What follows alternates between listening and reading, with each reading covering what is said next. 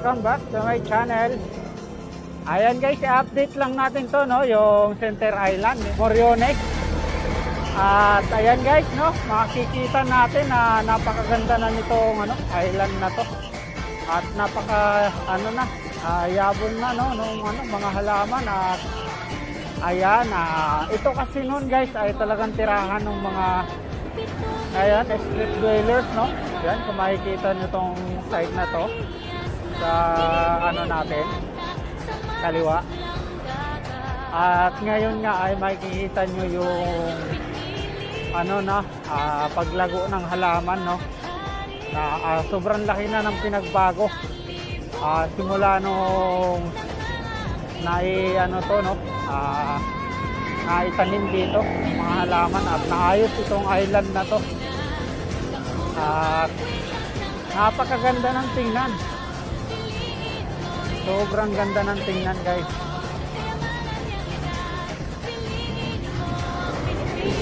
At ito nga guys, no, na Center Island na to ay dire-diretso doon hanggang doon sa may pier. Ayan, ganda oh. Napaka na talaga niya, no, malago na talaga yung tataas na ng halaman. At namumulaklak na nga. So itong plaza, guys, no, itong Center Island na no, dito sa Moriones ay sobrang laki ng nabago. At punong-puno ng mga lamppost. Yung pinakagitna niya.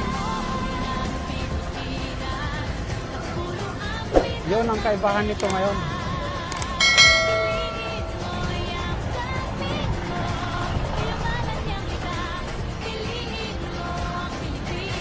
At yun nga guys, no, sa mga bago pa lang dyan sa aking channel. At di pa nakasubscribe, pa-subscribe naman at pahit na rin ang notification bell. Shout out nga pala sa ating mga OFW dyan, mga kababayan natin, at sa mga immigrants. Ayan, mega love shout out po. Mega love shout out din po sa mga batang Maynila. Ayan. Shout out po sa mga PDO Manila, DJS, BPW at NTTV, kung saan nga ay sila yung mga nag-aayos ng ating traffic.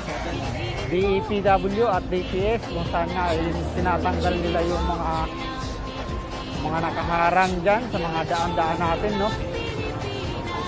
Ayan, napakagandang Center Island na ng Moriones. Oh.